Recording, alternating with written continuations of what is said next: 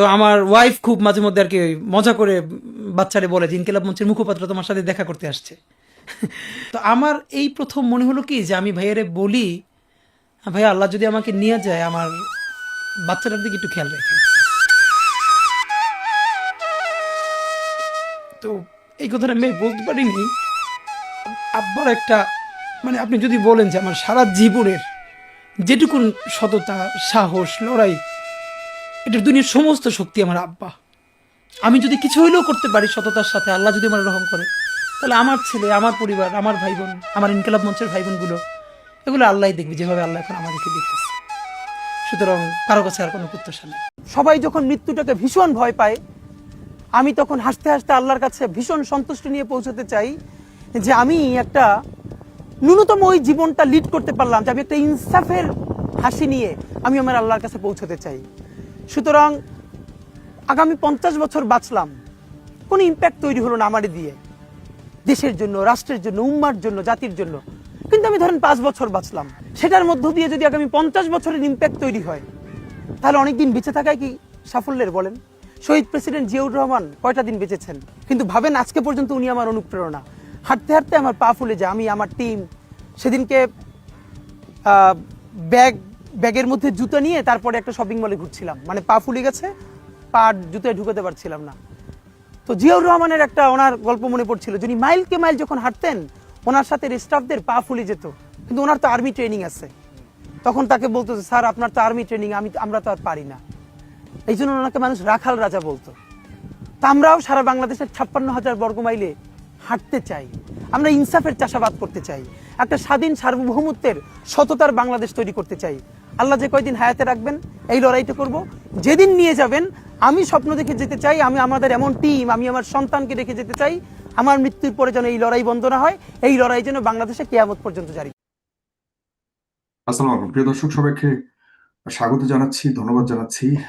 আপনাদেরকে জানিয়েছিলাম যে হাদির সর্বশেষ অবস্থা জানবো আমরা আজ। হাদিকে যেই আহ, সম্মানিত ডাক্তার তার চিকিৎসা করবার জন্য সেই প্রথম থেকে তার পাশে ছিলেন, তিনি জানেন যে অ্যাকচুয়ালি হাদির সাথে কি হয়েছে, হাদির আহ, কোথায় ব্রেনে কোথায় আঘাত লেগেছে, হাদির সর্বশেষ অবস্থা তিনি বলতে পারবেন। রয়েছেন আমাদের সাথে ডাক্তার জাহিদ রায়হান, তিনি ঢাকা মেডিকেল কলেজে গুরুত্বপূর্ণ দায়িত্ব পালন করছেন।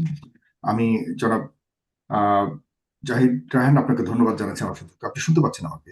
জি, ধন্যবাদ আমি আপনাকে। আপনাকে যখন নক করেছি তখন আমি খুব স্বাভাবিক ভঙ্গিতেই বলেছি, আপনার সাথে আমার পরিচয় ছিল না, বলেছি যে আপনারা তো বড় বড় অপারেশন করেন, আপনাদের মন খারাপ হয়তো হয় না, কারণ আপনারা সবসময় অনেকটাই মানে মানুষের উপরে কসাইগিরি করেন, যেটা কারণ আপনাদের মানুষকেই বেশি গুরুত্ব দেন, তাদেরকে বাঁচানোর জন্য যে কোনো ধরনের জায়গায় যেতে। কিন্তু আমরা অনেক কিছু সহ্য করতে পারি না, কিন্তু আপনি আজকে বলেছেন যে না, আপনারও মন খারাপ এই বিষয়টা নিয়ে। তো আমি অবাক হয়ে হলাম, কারণ আপনারা তো এরকম অপারেশন বলুন এই ধরনের বিষয়গুলিকে ডেইলি ফেস করেন। আপনার মন খারাপ কি কারণে? মানে এমন কি হাদির সাথে হলো যেটার কারণে আপনি ডাক্তার হয়েও আপনার মন খারাপ? মন খারাপের অন্যতম কারণ হলো যে হাদির যে কথাগুলো আমরা শুনছি এতদিন ধরে, এই হুম, কথাগুলো আমার ব্যক্তিগত আমার মূল্যায়ন হলো যে ছেলেটা প্রচুর লেখাপড়া করে কিন্তু কথাগুলো বলতো। প্রত্যেকটা কথার পেছনে হিস্ট্রি, ডকুমেন্টেশন এগুলো থাকতো। আর মাত্র কদিন আগে ইন্টারন্যাশনাল ক্রাইমস ট্রাইব্যুনালে আমি শেখ হাসিনার রায় শুনতে গেছিলাম ফিজিক্যালি। তখন ওখানে তার সাথে হঠাৎ করে আমার দেখা। তো ওইখানে তার সাথে আমার প্রথম পরিচয়। আমরা অনেক গল্পগুজব করছিলাম, কথা বলছিলাম। পরে একসাথে একটা ছবি তুললাম। তো তার কদিন পরে যে এরকম একটা ঘটনা ঘটবে, আর সবচেয়ে বড় কথা হলো যে একজন নন পরিচিত এরকম মানুষ, তাকে তার চিকিৎসা সংক্রান্ত ব্যাপারে হ্যান্ডেল করা বা ডিল করা ইটস রিয়েলি ডিফিকাল্ট। তো সবকিছু মিলায় ব্যাপারটা আমার খুব পছন্দের একটা ছেলে, অত্যন্ত পছন্দের একটা ছেলে, এবং পারিবারিকভাবে আমার আমার পরিবারের সবাই তাকে খুব পছন্দ করত, এবং সম্ভবত দেশের মেজরিটি পিপলও তাকে পছন্দ করত। তো এরকম একটা ছেলে যেভাবে আমার সামনে সে উপস্থাপিত হয়েছে হেড ইনজুরি নিয়ে, বুলেট ইনজুরি নিয়ে, তো ন্যাচারালি ইট ওয়াজ শকিং। আমিও তো মানুষ, আমার খারাপ লাগছে। আমার খারাপ লাগাটা এখনো আছে, কারণ ইউজুয়াল যে ফেট, এই ইনজুরি গুলো, সেগুলো চিন্তা করতে গেলে আমার এখনো গা শিউরে উঠছে। আমি আসলে ফ্রাস্ট্রেটেড। তারপর আমরা আশাবাদী থাকতে চাই, আল্লাহ তাকে ফিরায় নিয়ে আসুক, এটাই চাই। জাহিদ ভাই, তাহলে আল্লাহ তাকে ফিরিয়ে আনবে, সে ঠিক আছে।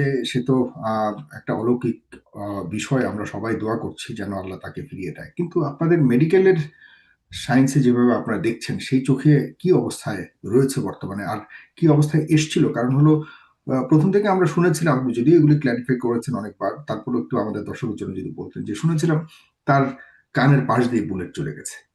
আসলে কি বুলেট কানের পাশ দিয়ে চলে যাওয়া মানে তো খালি কান না, না, ক্ষতিগ্রস্ত না। হয়ে যাওয়া? বুলেটটা আসলে কোন দিক দিয়ে গেছে? কারণ আপনি তো শুরু থেকে তাকে ডিল করেছেন, একটু শুনতে চাই দয়া করে।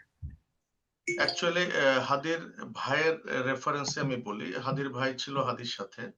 তো ঘটনাটা ঠিক নাকি 1টা 50 মিনিটে ঘটে। গুলিটা তার ঠিক কানের ওপরে, ডান কানের ওপরে গুলিটা ঢোকে এবং বাম কান দিয়ে বের হয়ে যায়।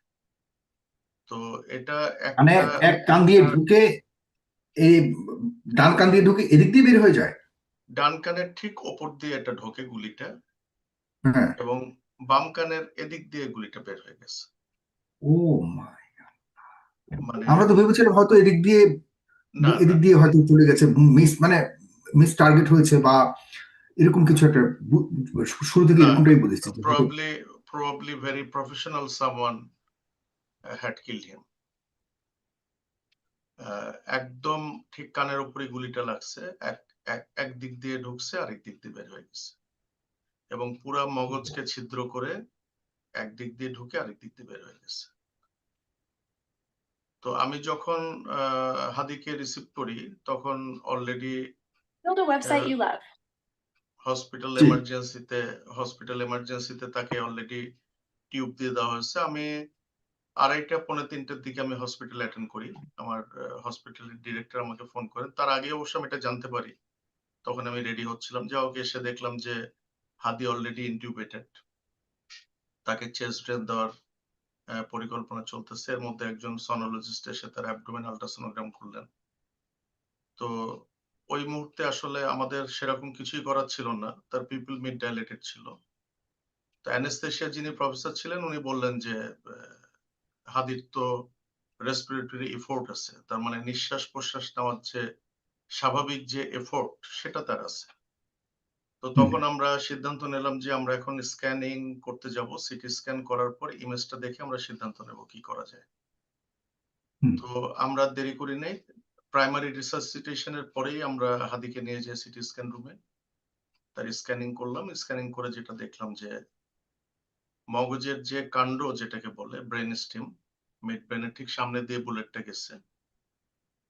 এবং অলরেডি এইভাবে কোনো হাই ভেলোসিটি বুলেট ইনজুরি হলে থার্মাল ইনজুরি হয় ব্রেনের। তো সেগুলো তো সবই হয়ে গেছে।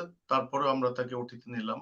ওটিতে নেওয়ার পরে তার সার্জারি করলাম। সার্জারিটা অ্যাকচুয়ালি আমরা মাথার খুলির একদম অর্ধেক অংশটা, যেদিক দিয়ে অ্যাকচুয়ালি বুলেটটা বের হয়ে গেছে, সেই দিকে আমরা খুলিটা খুলে রেখে দেওয়া এবং টয়লেটিং এবং অন্যান্য যেসব মেজার যেগুলো নেওয়া, সার্জিক্যাল যেসব মেজার, সেগুলো আমরা নেওয়ার পরে আমরা তখন একটা $1 মিলিয়ন কোশ্চেন আমাদের সামনে এসে হাজির হলো যে তাকে তো আইসিইউতে রাখতেই হবে। আমরা কিভাবে রাখবো, কোথায় রাখবো?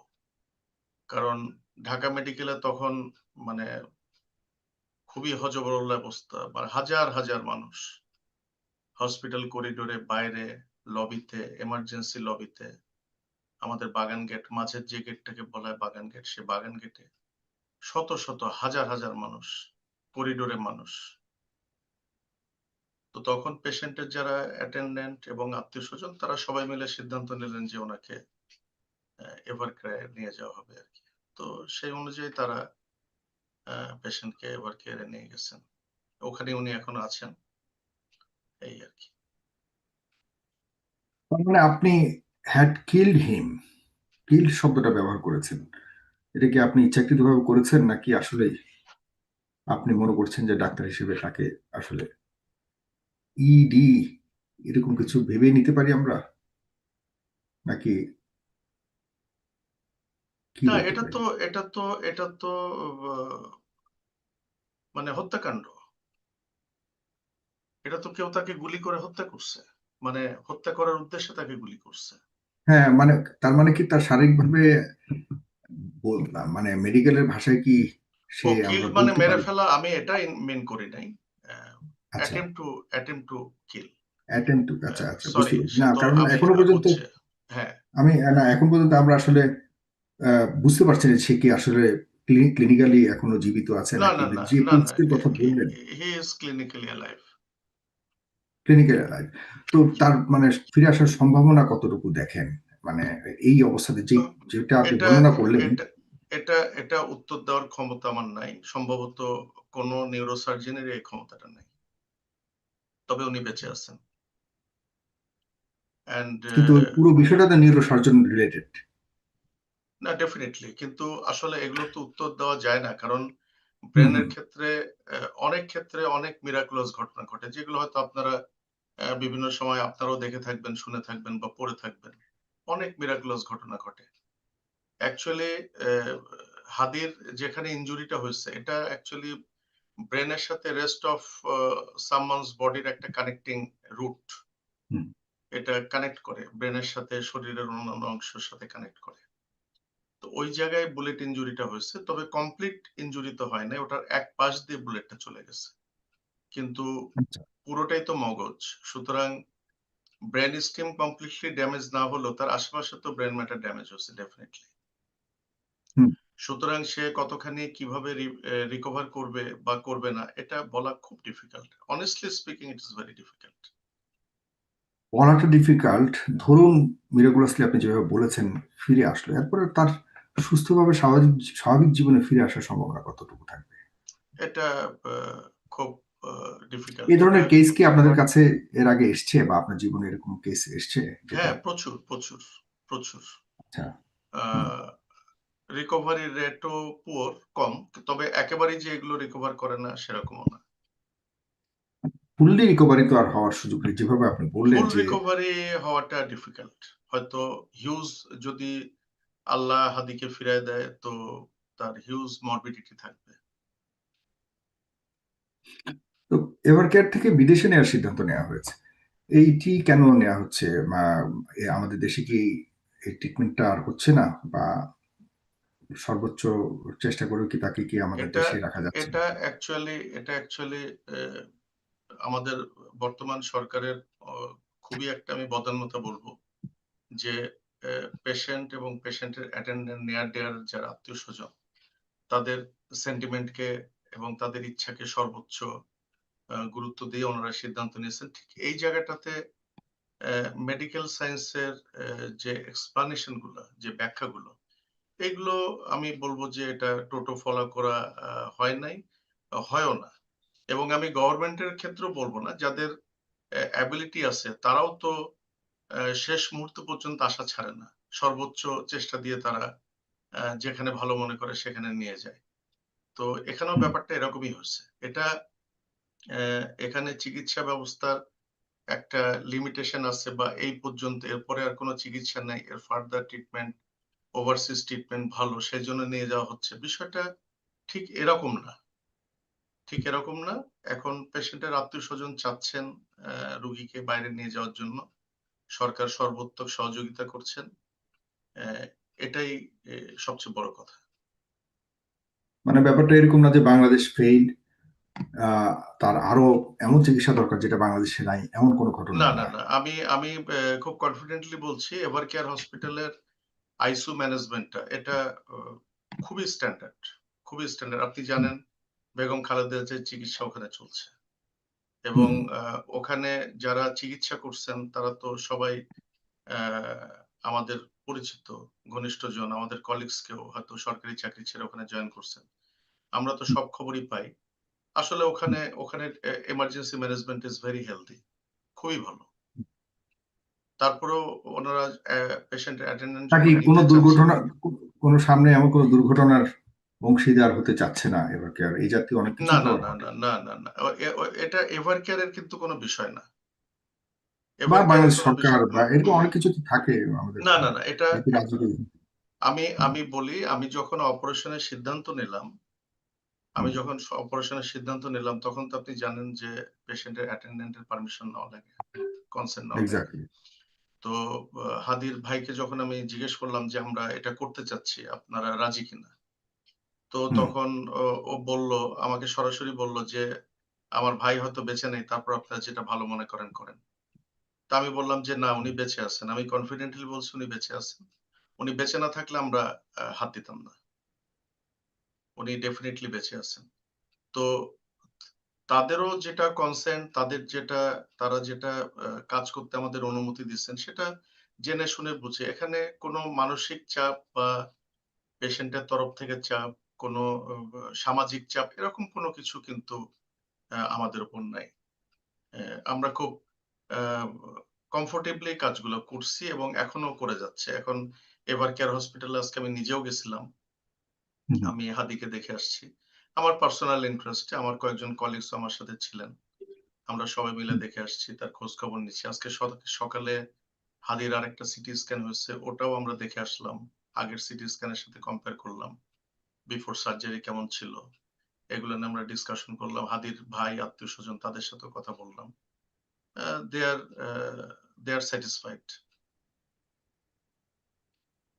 এখন আপনার কাছে পুরো ঘটনাটা যদি একটু, আপনি তো পাশাপাশি রাজনৈতিক সচেতন মানুষও বটে, আপনি রাজনীতিবিদ নন কিন্তু সচেতন, এই সচেতন। ঘটনাটাকে আপনি কি স্বাভাবিক ঘটনা হিসেবেই দেখবেন নাকি আসলে উদ্দেশ্যমূলক, এবং কি ধরনের উদ্দেশ্য থাকতে পারে এই মুহূর্তে হাদির উপরে এমন আক্রমণের পেছনে, এবং কারা ঘটাতে পারে বলে মনে করেন? এটার উত্তর দেওয়া আমার পক্ষে খুবই ডিফিকাল্ট। এটা আইন শৃঙ্খলা বাহিনী, বিভিন্ন ল না, এনফোর্সিং রাজনৈতিক এজেন্সি তারাই পরিমণ্ডলে যদি জানবে। কিছু আপনার কিন্তু আমি যদি কোনো। চিন্তা করি যে হাদি যেভাবে কথা বলতো, হুম। বিভিন্ন বিষয় নিয়ে সে যেভাবে কথা বলতো, আহ, বিভিন্ন রাজনৈতিক পরিবেশ, এরিনা, সিচুয়েশন এগুলো নিয়ে কথা বলতো, এগুলো শুনে কিন্তু আমরাই ভয় পেতাম যে এইভাবে কথা বলতেছে, এরকম তো কথা আমরা এর আগে কখনো শুনি নাই। হুম। তো আমাদের আশঙ্কাটা, আমি বলবো যে বাংলাদেশের ২০ কোটি মানুষই আমার কথার সাথে একমত হবে যে হুম। হাদি যেভাবে কথা বলতো, বিভিন্ন জনের প্রসঙ্গ, বিভিন্ন রাজনৈতিক, বিভিন্ন দেশকে টেনে যে কথাগুলো বলতো, সেগুলো কিন্তু আমাদের আতঙ্কিত করতো যে না জানি সে কোনো বিপদে পড়ে কিনা। এবং এই আশঙ্কাটাই সত্যি হলো। এখন কারা গুলি করছে, যেমন আমরা যেটা মেডিকেল সায়েন্সে, মেডিকেল জুরিসপ্রুডেন্স এর ব্যাকগ্রাউন্ডে যদি আমি কথা বলি, ২ টা মুভিং অবজেক্টের ভেতরে কিন্তু ফায়ারিংটা হয়েছে। মানে হাদির রিক্সাও যাচ্ছিল আর পাশ দিয়ে মোটরসাইকেলও যাচ্ছিল। দুটো মুভিং কিন্তু অবজেক্টের ভেতর থেকে। একটা জিনিস, জি, জাহিদ ভাই খুব চমৎকার একটা পয়েন্টে এসেছেন, একটু বুঝতে চাই। আপনি তো বললেন যে প্রফেশনাল শুটার ছাড়া এটা করতে পারবেন না। আপনি বলছেন কানের ঠিক উপর দিয়ে হুম, গিয়ে কানের অন্য পাশ দিয়ে বের, আর মাথার অন্য পাশ দিয়ে বের বের হয়েছে, এবং খুব সমানভাবেই টার্গেটটা ছিল। কিন্তু যেই ব্যক্তিটা গুলি করেছে বলে যাকে সন্দেহ করে, বা আমরা মোটামুটি যাকে ধরে ফেলেছি যিনি করেছেন বলে বিশ্বাস করি, আহ, ছাত্রলীগের এক নেতা, সে তো মোটর সাইকেলে ছিল, হাদি একটু উপরে ছিল।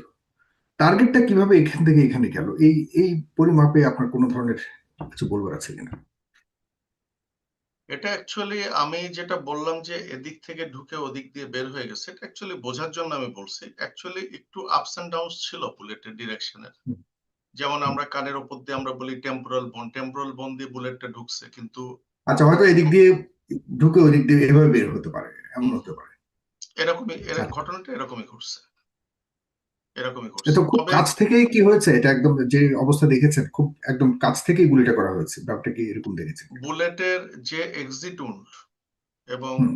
যে টার্বুলেন্স, সেটা অলমোস্ট কাছে থেকে, একেবারে পয়েন্ট ব্ল্যাঙ্ক না, মানে কিছুটা হয়তো ১-১.৫ ফিট দূর বা ২ ফিট ২.৫ ফিট এরকম দূর থেকে গুলিটা হচ্ছে। কারণ এক্সিট উন্ডটা কিন্তু অনেক বড় ছিল তার।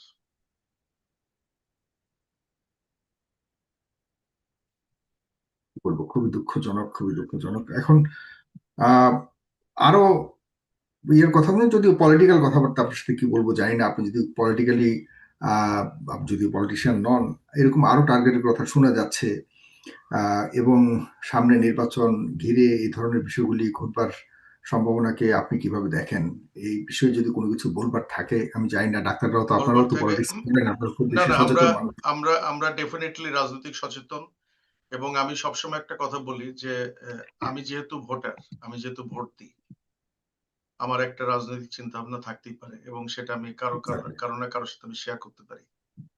হুম, এটা থেকে যে আমি একদম অ্যালুফ থাকবো সেটা কখনোই সম্ভব হয় না, এটা কারোর পক্ষে সম্ভব না। আর যদি বলি হুম, আমি একেবারে অ্যালুফ থাকবো, তো এটা অভিনয় ছাড়া আর কিছু না।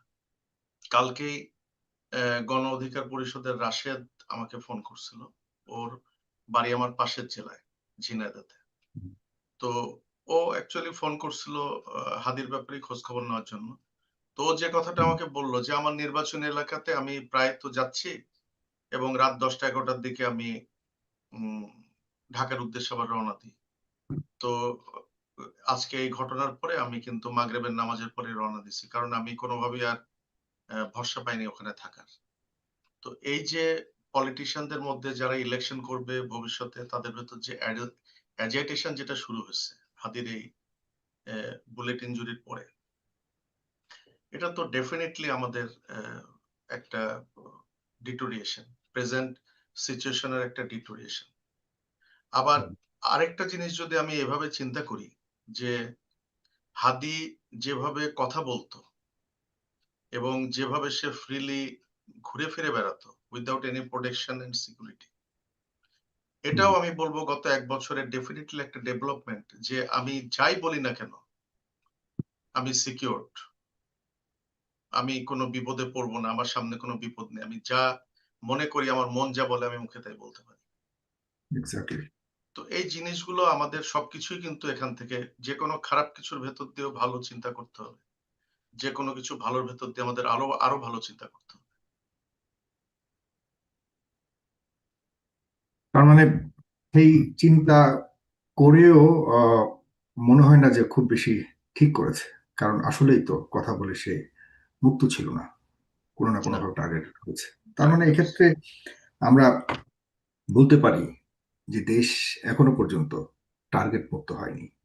না, আমরা ডেফিনিটলি নট, ডেফিনিটলি নট। আমরা যে কারণে, যে উদ্দেশ্যে 24-এ এত বড় হানাহানির পর একটি দেশ চেয়েছিল প্রায় 1,500 মানুষের প্রাণের বিনিময়ে, সেই দেশ এখনো আমরা পাইনি। কারণ হাদির মতো, হাদি কোনো দলের জন্য, কারোর জন্য খুব বেশি ক্ষতি করছিল না। সে না, তার কিছু কিছু কথাবার্তা আমরা হয়তো অনেকে পছন্দ করতাম করতাম না, এই নিয়ে আলোচনা সমালোচনা যথেষ্ট হয়েছে।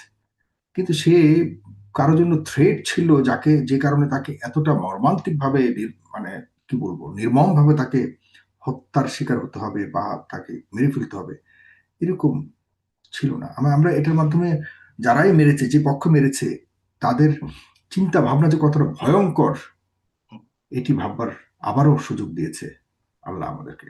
সুতরাং সামনের সময়গুলিকে আমরা এই ভাবনার উপরে ভিত্তি করেই আমাদের পথ নির্ধারণ করতে হবে। আমরা আসলে কি চাই, এখানে কোন পথে যেমন যাব। আমি আমি যদি আমার কথা বলি, আমি নিজেকে অত্যন্ত রাজনৈতিক সচেতন একজন মানুষ বলে আমি মনে করি। আমি ইম্পার্শিয়ালি অনেক কিছু অ্যাসেস করার ক্ষমতা রাখি, চিন্তা করার ক্ষমতা রাখি।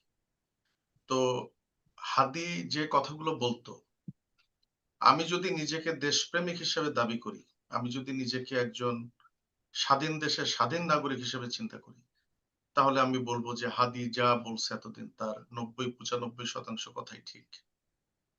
তো এই ঠিক কথাগুলোর বিপরীতে যদি তাকে এরকম একটা মূল্য দিতে হয়, তাহলে কারণ দুটো হতে পারে। একটা হলো সে অবশ্যই কারোর সরাসরি কোনো ক্ষতির কারণ হয়েছিল, এজন্য তাকে এই আহ, আঘাতের সম্মুখীন হতে হয়েছে, অথবা তাকে এই গুলিবিদ্ধ করে এটাকে এক্সাম্পলিফাই করা হয়েছে আরো অনেককে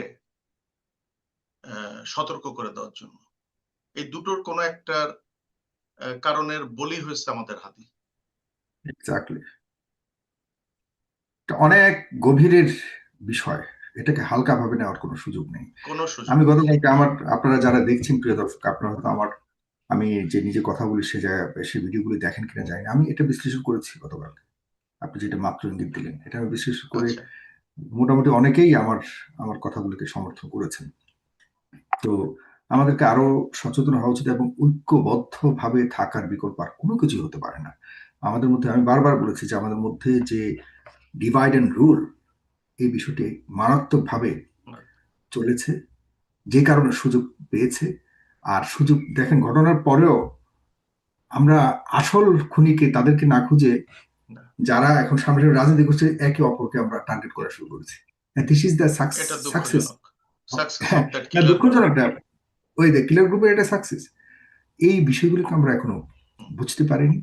না বুঝতে পারার খেসারত শুধুমাত্র হাদি নয়, আরো অনেককেই দিতে হবে, আরো অনেককেই দিতে হবে। রাজনীতি মানে শুধুমাত্র বিজয় লাভ করে সংসদে যাওয়া নয়, বাংলাদেশের মুক্তি লাভের জন্য একটি আহ, আন্দোলন হয়েছিল এবং রক্তের বন্যা বয়েছিল সেই আগস্টে। সেটাকে আমরা ভুলেই গেছি। এখন আগস্ট নিয়ে, 24 নিয়ে কেউ কথা বলছে না। না, এবং মজার ব্যাপার হলো মাঝে মাঝে যখন এই আগস্ট, 19শে আগস্ট, 18ই আগস্ট, সরি 19শে জুলাই, 5ই আগস্ট, 3রা আগস্টের ভিডিওগুলো যখন আমরা মাঝে মাঝে দেখি, তখন দেখার পর মনে হয় যে আসলে এগুলো আমরা ভুলে গেলাম কিভাবে। আমরা আসলে কিন্তু ভুলে গেছি। আমাদের এগুলোর একদম ভুলে মাথায় গেছি। মগজে নাই, একেবারে কমপ্লিটলি উই হ্যাভ ফরগটন ইট। না, যেটা হয়েছে সে 71 সালে, 71-এর আমরা চেতনাকে কখনোই ঠিকভাবে লালন করতে পারিনি। যেই প্রেক্ষিতে 71-এর চেতনাকে লালন করে যেভাবে দেশ, একটা নতুন দেশ তৈরি করার কথা ছিল, সেটা থেকে ছিটকে গেছে এবং 71-কে পুঁজি করে রাজনীতি করে আমরা 71-কে প্রশ্নবিদ্ধ করেছি। ঠিক একইভাবে, একই উপায়ে আমাদের 24-কে নিয়োগ করা হচ্ছে। তো আমরা আসলে আমাদের এই দেশটা খুব অভাগার দেশ। আমাদের দেশটার আমাদের দেশ। ভবিষ্যৎ কি হবে আমরা জানি না। যে কারণে আজকের এই অনুষ্ঠানটি করছি। জনাব জাহিদ রায়হান, ডাক্তার জাহিদ রায়হান আমাদেরকে সময় দিয়েছেন। আপনার প্রতি অনেক কৃতজ্ঞতা যে আপনি সাহস করে এখন পর্যন্ত, সে প্রথম টাচ আপনার হাতে, হাদির হাদির আহত হওয়ার পর এখনো পর্যন্ত হাদি টিকে আছে। সে মৃত্যুর সাথে পাঞ্জা লড়ছে ঠিকই, কিন্তু জীবিত আছে এখনো পর্যন্ত। আমরা ফেরার আশা ব্যক্ত করছি এবং আপনার এখানে বড় ধরনের ভূমিকা ছিল, সেজন্য আপনার প্রতি সারা জাতি কৃতজ্ঞ। আমাদের পক্ষ থেকে আপনার প্রতি অনেক অনেক সম্মান রইল। না, এটা আমার প্রিভিলেজ, এটা আমার প্রিভিলেজ। এন্ড থ্যাঙ্কস গড, আল্লাহ যেন হাদিকে ফিরায় দেন। জি, আর সময় না নিয়ে, আপনার অনেক রাত হয়ে গেছে। প্রিয় দর্শক যারা দেখছেন, আসলে আমরা এই হাদির জীবনের মাধ্যমে আমাদেরকে অনেক কিছু আবারও জানান দিচ্ছে যে স্বাধীনতা অর্জনের চেয়েও স্বাধীনতা রক্ষা করা কঠিন। এটিকে আমাদেরকে আবারও অনুধাবনের জায়গায় হাদির এই ঘটনার মাধ্যমে নিয়ে এসছে। সুতরাং আমার কাছে মনে হয় আমাদেরকে আবারও ভাবা উচিত, পুনর্বিবেচনা করা উচিত, আমরা যা করছি তাকে সঠিক করছি কিনা। নির্বাচন সামনে, নির্বাচন শুধুমাত্র নির্বাচনটাকে ঘিরে আমরা সবকিছুই সফলভাবে অর্জন করেছি, এটি ভাবাটাও কতটুকু উপযুক্ত তা নিয়ে আবারও পুনরায় ভাবতে হবে। আমার কাছে মানে আমাদেরকে অবশ্যই জাতিগতভাবে একটি ঐক্যবদ্ধ জায়গায় যেতে হবে, তবে হয়তো এক্স্যাক্টলি। ঐক্যবদ্ধভাবে শত্রুর মোকাবেলা করে সামনের পথকে নির্ধারণ করতে হবে। এটি আমার ব্যক্তিগতভাবে পরামর্শ। Thank you so much, doctor Zahid Raihan. ভালো থাকবেন সবাই। ধন্যবাদ, ধন্যবাদ আপনাকে শেয়ার এবং করবেন দর্শকদের। ফেসবুক। জি।